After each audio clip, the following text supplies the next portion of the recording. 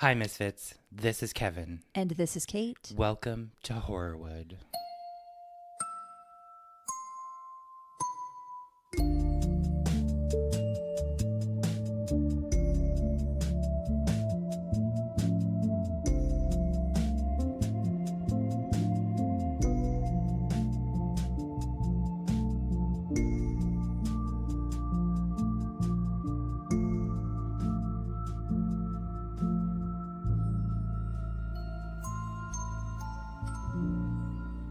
That was very professional Thank sounding of you. As a bead of sweat drips down the side of my face. It's been so hot. But do you notice what I added? Like what's happening in here?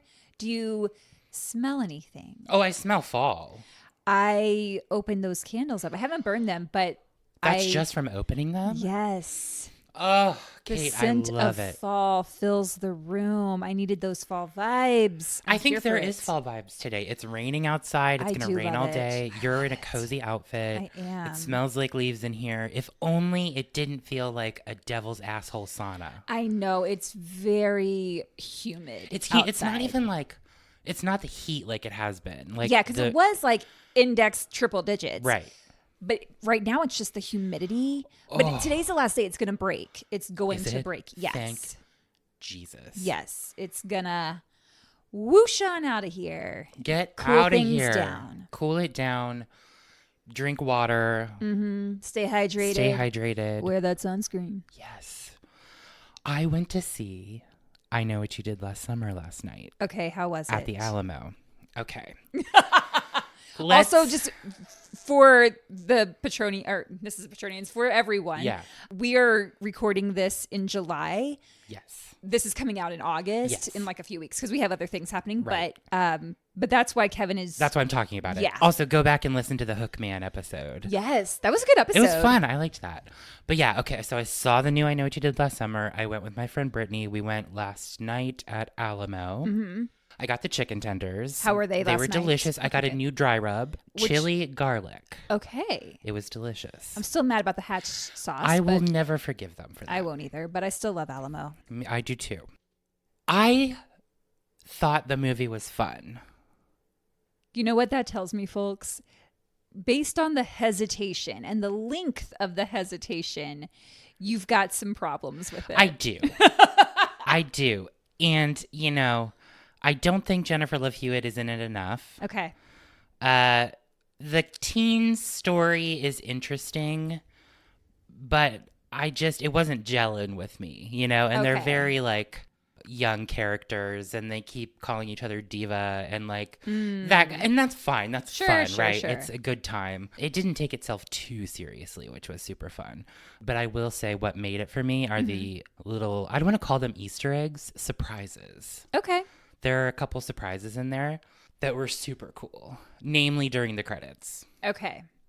I So won't you spoil had to anything. wait the whole movie to get to the credits just to have the fun stuff. Okay, the deaths were cool. Okay. They were awful, you know, whatever. The story of who is doing the killing, I wasn't super convinced on. Sure. But I had fun. Like, I was sitting there. At no point was I like, ugh, brother. Okay. I was like, okay, yeah, let's go. There's a lot of nods to the original. Really well done, that aspect. Okay. But yeah, they set it up for another. Really? But the setup is phenomenal. Oh. All right. So Well, you heard it here, folks. that's my take on I Know What You Did Last Summer, the reboot, All right. 2025. Probably not in theaters anymore when you're hearing this. Anywho, What an abrupt change. Anywho, yes. how are you, Kate? Anything going on? Absolutely nothing. Cool. Let's dive into this story. Let's do it. Richard Darnell May's story feels almost like a play itself. Okay. One filled with struggle, transformation, and an ending that no one saw coming. Okay. Richard had a tough go of things in his life, but after moving to San Francisco, he decided to chase his dream of becoming an actor. All right. And just as that dream was finally coming true, Don't you dare. with his first paid role on a professional stage, No. it was taken from him in an instant. Fuck. This is an awful story, you guys. Well, damn it. It's really sad.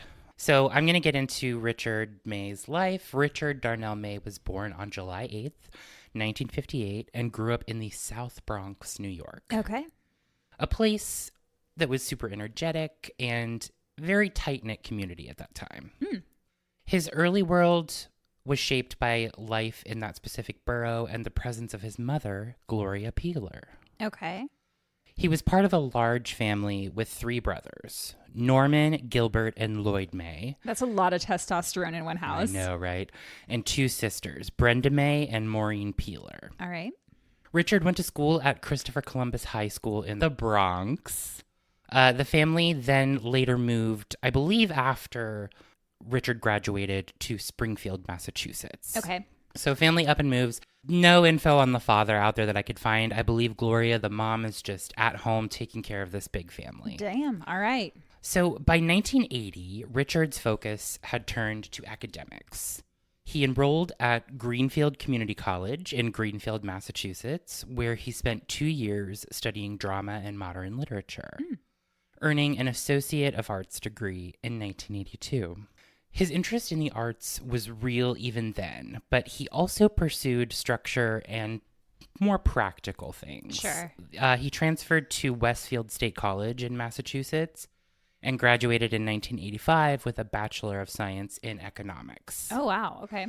Did you ever take an economics class? Sure did not. Neither did I. Didn't take a single business class. Didn't take an economics class. Might explain my current financial situation.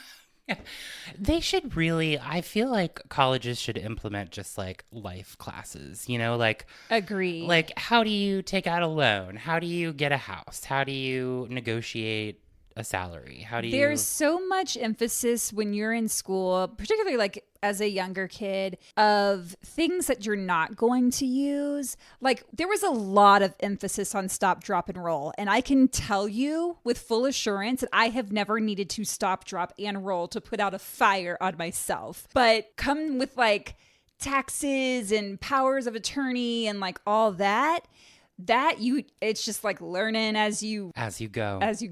And it's not fun. It's awful. I think the one businessy class I took in college, luckily there was a theater career management class. I And did have so something like that. That was helpful. Yeah. But everything else, Nonsense. Don't go to school, kids. No, just kidding. Go if you want. I'm going to continue with my story. Okay, because you're melting down already. I know, it's the heat. Yeah, so he gets his Bachelor of Science in Economics, which is great. Yeah. Unusual combination, arts and science. Not really, actually, now that I'm saying it out loud. There is that whole category of arts and sciences. Arts and sciences. Oopsies. Life eventually would take Richard to the Pacific Northwest, Okay. where he'd call Seattle home for a period. I didn't mention this, and I probably should have. Richard is African-American. He's Black. He comes from a Black family. Okay. That's important in this story. Got it. So after he lived in Seattle for a period, I read that he was married for a Okay. time to a woman. I could not find any information about her. All right. I looked up all through Seattle and San Francisco obituaries, trying to pull names from, couldn't find it. Okay. But she eventually passes away. All right.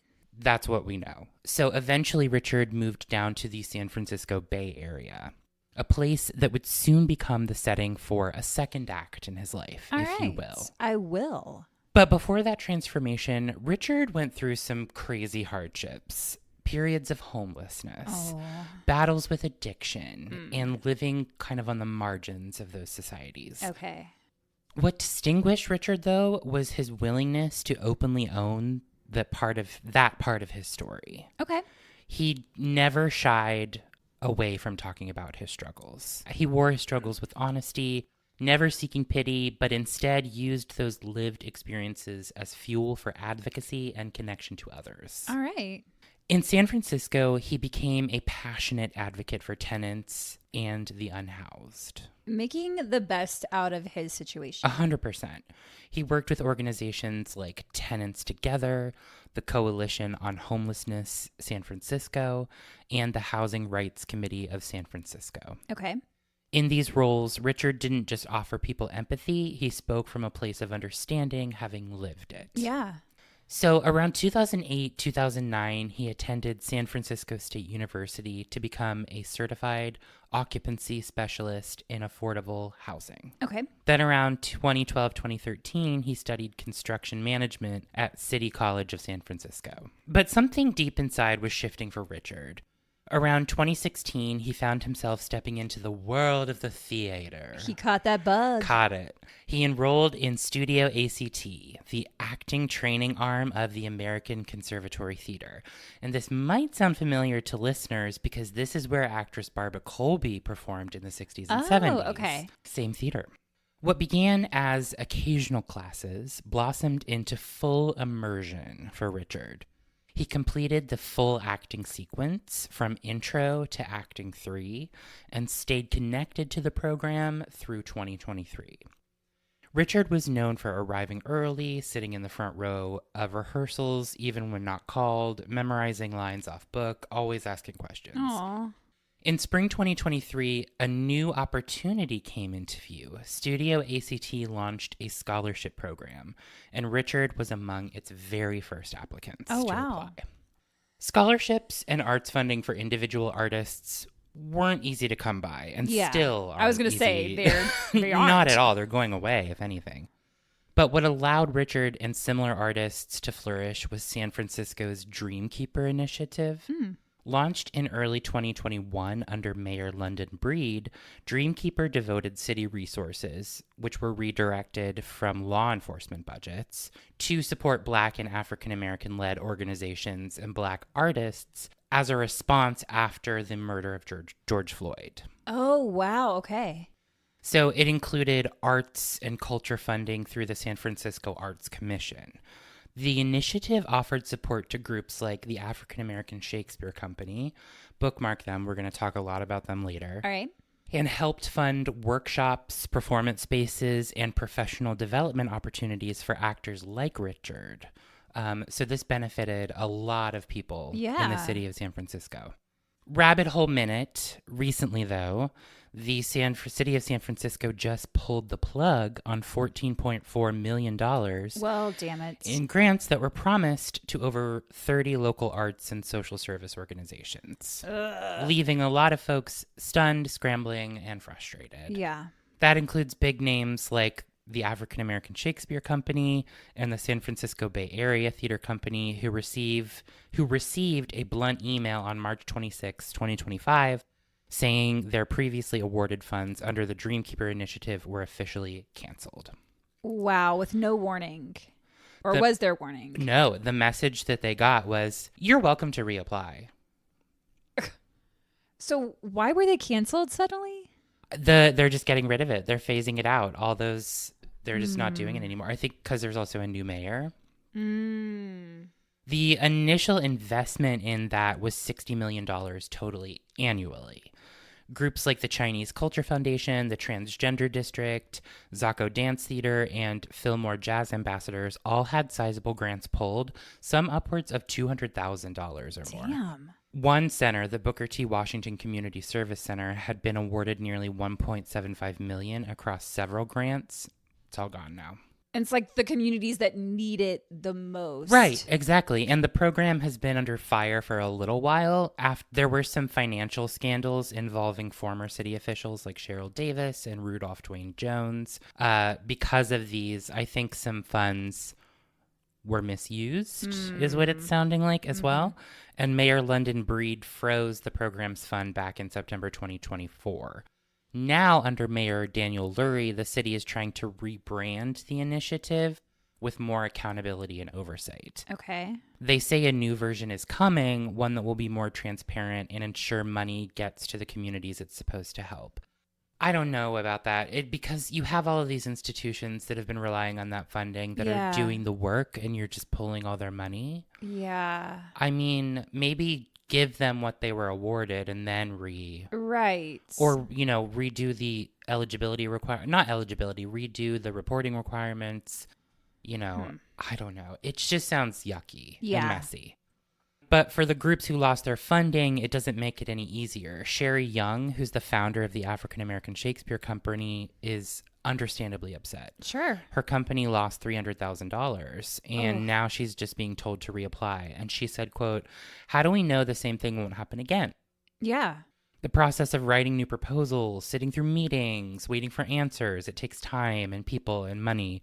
And now she's talking with her staff and board about possible layoffs. This is awful. Yeah, what's more heartbreaking is it's that company's 30th anniversary season. And with that grant, Young can't commit to those plans anymore. Still, she's not giving up. She said, quote, "Even if I have to donate my time again, which is how I started 30 years ago, I'll go back to that. But I won't close our doors." Okay. So good on you, Sherry.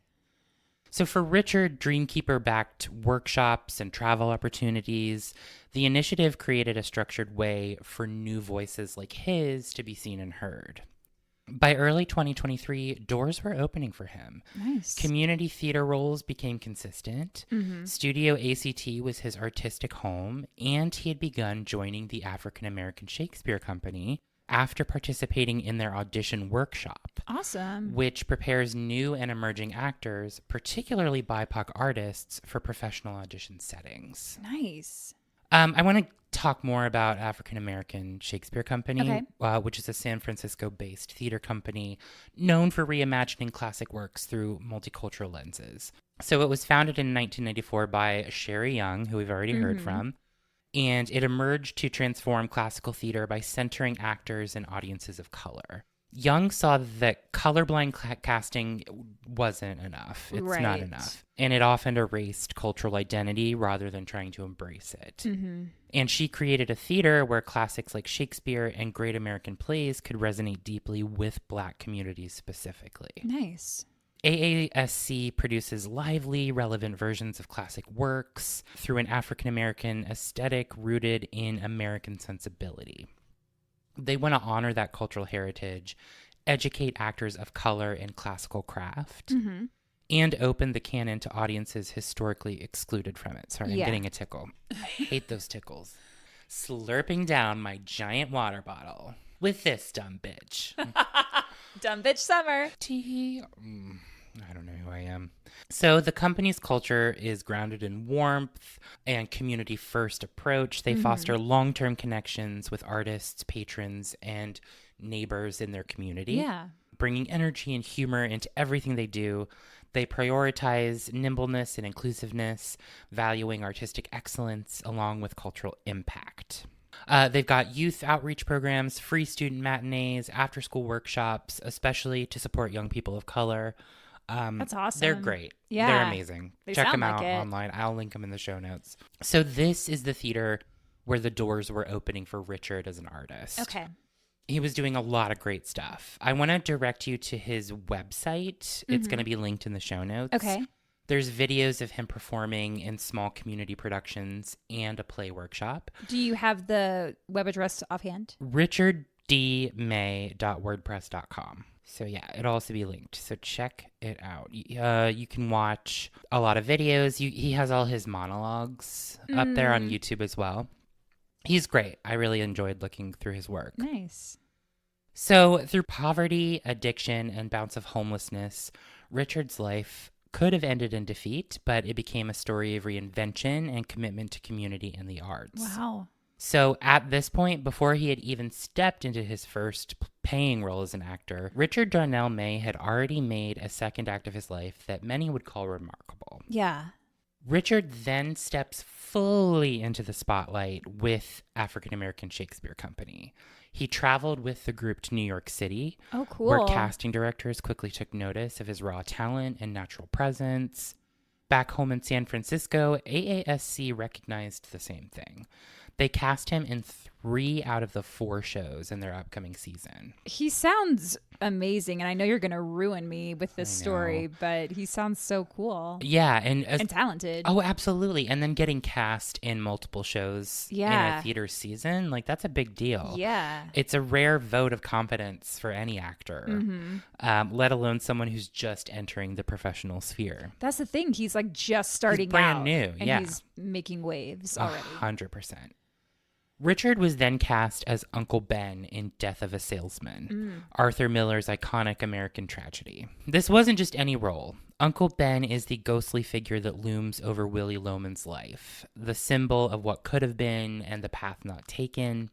It was a meaningful role for Richard, both symbolically and personally. And this is his first ever paid gig as an actor. Oh, wow. This was the real deal. Yeah. So the production goes into rehearsals. Okay. The production itself had a rocky road leading up to opening night. Originally directed by TV veteran Ted Lang, who's best known for playing Isaac the bartender on The Love Boat. Oh, okay. The show ran into serious challenges when Lang abruptly departed on October 21st, just a week before the first performance. Oh, damn. And do we know why? I don't think so. Okay. From what it sounds like there were just some artistic differences. I see. But no one ever gives a direct answer. Okay. So L. Peter Callender, who's the company's artistic director, stepped in to both direct and star as Willie Loman. Oh, wow. The lead role. That's just a few things you have on your plate there. You know, it's fine. You can juggle. But time was tight. Yeah. And rehearsals had already been set back due to multiple cast members, including Callender himself, who tested positive for COVID. Oh, damn. So COVID came through and ravaged everybody. Yeah. What year is this? 23? 2023, yeah. 23, okay. So the show hadn't even completed a full run through by the time they were heading into Tech Week. Oh, wow. Still. That's scary. I know. It's not my nightmares. Yeah. I literally have nightmares about having to go on stage and they just hand me a script. Yeah. And I'm like, I had one once where I was singing and I was like, I can't sing. And they're like, sing. I'm like, well, you're on stage now. Go. And I had my Hillary Duff moment. La la la la la la la la la. I did that on purpose. Mm-hmm. The look on his face. Anywho, the company pressed forward. Just like you. Just like me. Despite the chaos behind the scenes, there was a strong sense of dedication and hope among the cast and the crew. They made the call to downgrade the opening night, which was supposed to be on October 28th, 2023, to a preview performance instead of the actual opening. Oh, okay. It wasn't ideal, but it was a way to keep momentum going and honor the effort that had gone into the show. Yeah. And Richard was there in the middle of it all. He'd worked hard to land the role, and he brought not just skill but heart to the production. Callender, the artistic director, and Willie Loman described Richard as a barometer in rehearsal. If Richard nodded along during a scene, Callender knew he was on the right track. Okay. That kind of trust and artistic exchange does not come easily, but Richard wasn't just participating in a play, he was becoming part of a legacy. It was a Saturday morning in San Francisco, October 28th, 2023. Remind you, this is the day that's supposed to be the first preview. Okay. So first time in front of an audience, basically. Well, I mean, he'd done community theater before. No, but I mean for this show. Oh, for this show. Yeah, exactly. First time in front of an audience. Yeah. And Richard was on his way to the theater for rehearsal. Okay. It was supposed to be a big milestone in his life. You know, this is his first paid performance. I can't imagine how excited he was for it. And that's a huge show, too. It's a big show. That's a credit on the resume. Like, that's nothing to scoff at. And especially with this renowned theater in San Francisco. Yeah. So at around 10:40 a.m., Richard was walking near the intersection of Post and Hyde Streets in the lower Nob Hill neighborhood, about 12 blocks north of the theater. Okay. He was on the sidewalk, just trying to get to rehearsal. Witnesses say everything changed in a flash. Ooh. A white BMW came speeding eastbound on Post Street. According to multiple accounts, including those from the San Francisco Police Department and people who saw the crash firsthand, the BMW ran a red light at Hyde. As it blew through the intersection, it clipped a black Audi. The impact caused the BMW to spin out of control, and in that chaotic moment, the car jumped the curb and struck Richard, who was walking nearby on the sidewalk. Anthony Bernardo, who was working nearby that morning, heard it all happen. Oh, God. He said, quote, "I heard a car zooming past really, really fast. And then we heard 3 loud-ass crashes. Boom, boom, boom. Oh, my goodness. He and the others ran outside, and what they saw was sheer chaos, wrecked vehicles, debris, and Richard lying there. Oh. First responders from the San Francisco Police Department arrived on the scene quickly. The driver of the white BMW was arrested on site. Police confirmed the sequence of events. The BMW ran the red light, hit another car, and then hit a pedestrian, Richard, who was pronounced dead at the scene. No. The driver and the passenger in the Audi were reportedly unharmed, but clearly shaken. The identity of the BMW driver has not been made public, but authorities have said they expect the individual to face criminal charges. I looked this up, but couldn't find anything about who was charged.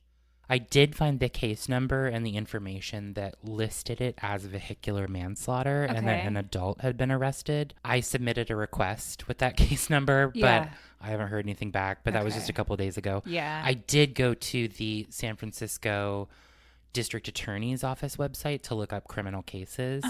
And I put in the file number, and it said that no public files were available to view. Okay. So I don't think whatever's there has been made public yet for whatever reason. Do we know if the person was intoxicated, if they were just speeding? Have no clue. Okay. Have no clue. Want to find out, but whatever's going on with it right now is not public. Gotcha. I did find a Reddit thread that mentioned it was somebody who had like prior arrests for the same thing, but I can't verify that. Yeah. So take that with a grain of salt. It was just someone talking about the case. Yeah. But in no article I read did I find a name. So the accident occurred at an intersection known for being dangerous. Ooh. Post and Hyde are both part of what the city calls the high injury network. The 12% of San Francisco streets where more than 2/3 of serious and fatal crashes happen. Oh my God. Both are one-way, multi-lane roads where drivers frequently speed. Jody Medeiros, the executive director of Walk San Francisco, later said, quote, "We should all be safe on the sidewalk, and too often we are not." Richard's death marked the 16th pedestrian death in the city that year alone. Jeez. Richard never made it to rehearsal. Back at the theater, the cast and crew were waiting for him. Oh. The floor director kept calling his phone as call time came and went. And you know that they knew something was up. They knew something was He wrong. does not strike me as someone who would show up late. Not at all. Not at all. No one could reach him. They thought maybe he stopped for coffee. Maybe he was just running late. Eventually, the devastating news reached them. Richard had been killed. That night's preview performance was canceled on the spot. Sure. Cast members were in shock. Some literally collapsed when they found out. No one could go on stage after hearing what had happened. Of course not. That's a time when the show must go on does not need to go on. No, especially in that moment. 100%. Yeah. 100%. He was 65 years old. Oh. After everything he'd overcome with the homelessness and addiction, rebuilding his life, he was finally doing what he loved and doing it well. And in the most senseless way, it was stolen from him. He wasn't crossing the street. He wasn't in the road. He was just walking on the sidewalk on his way to live his dream. People who knew Richard, like fellow actors, directors, advocates, friends, are left mourning not just a man, but a story that was just beginning in its most hopeful chapter. After Richard Darnell May's death, everything just seemed to stop. At first, the African-American Shakespeare Company thought they might continue the run in his honor. They even considered trying to recast his role or use a recorded voice for Uncle Ben, but nothing felt right. Yeah. Artistic director Peter Callender said, "We literally fell out. There was no way we could do anything that night." Richard was so excited for what was to come at AASC. He was especially thrilled to play the evil stepmother in Cinderella. Right? Oh, that sounds like that would have been so fun. I know. But Death of a Salesman was going to be the first role, and executive director Sherry Young at AASC said he had overcome challenges and then some. but he was soaring. He was living one of his best lives doing what he loved. Oh.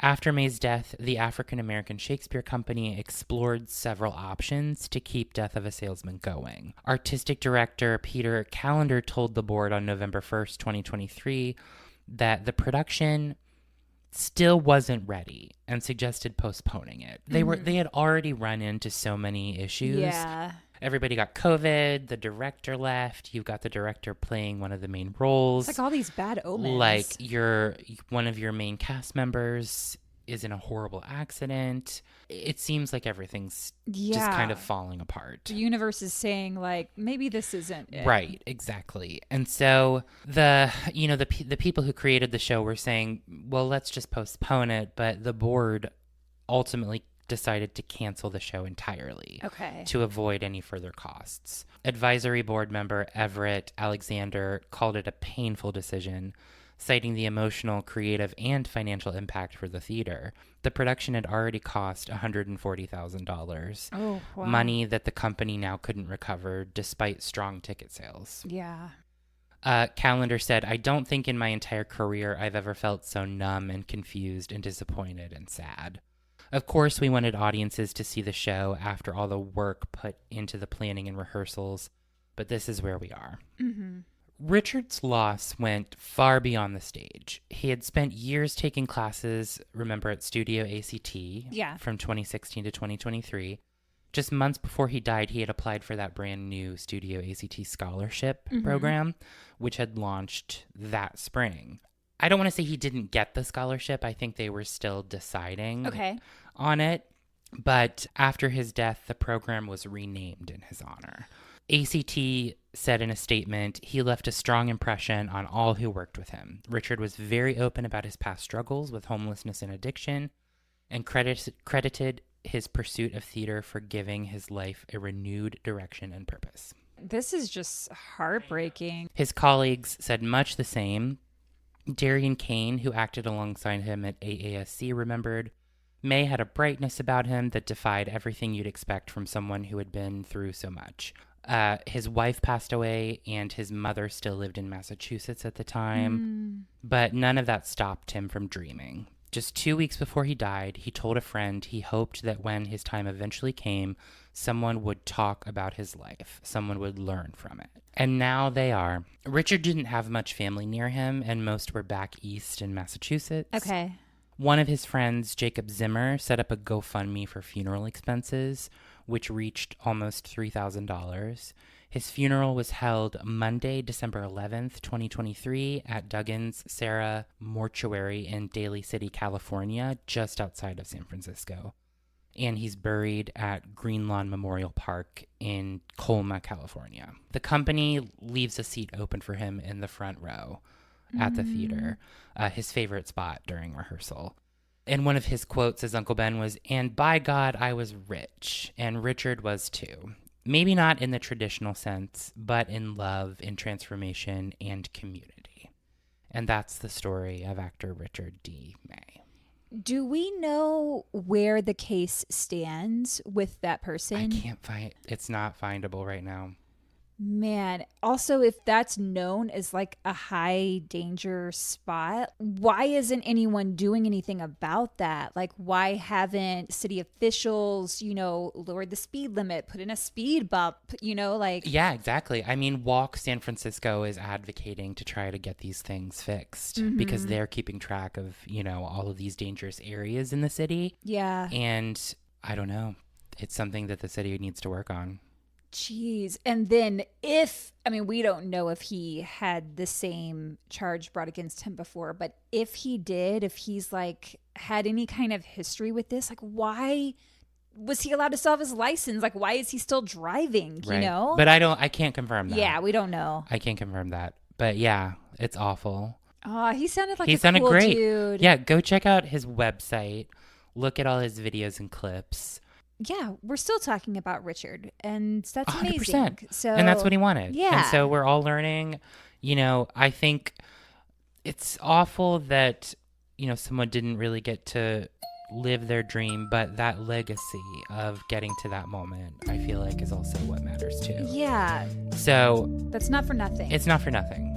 100%. All right. Well, you can leave your comments on Instagram, Facebook, YouTube, or Spotify at Horrorwood Podcast. Or you can send us an email at horrorwoodpodcast@gmail.com. Or you can join our Patreon at patreon.com/horrorwoodpodcast.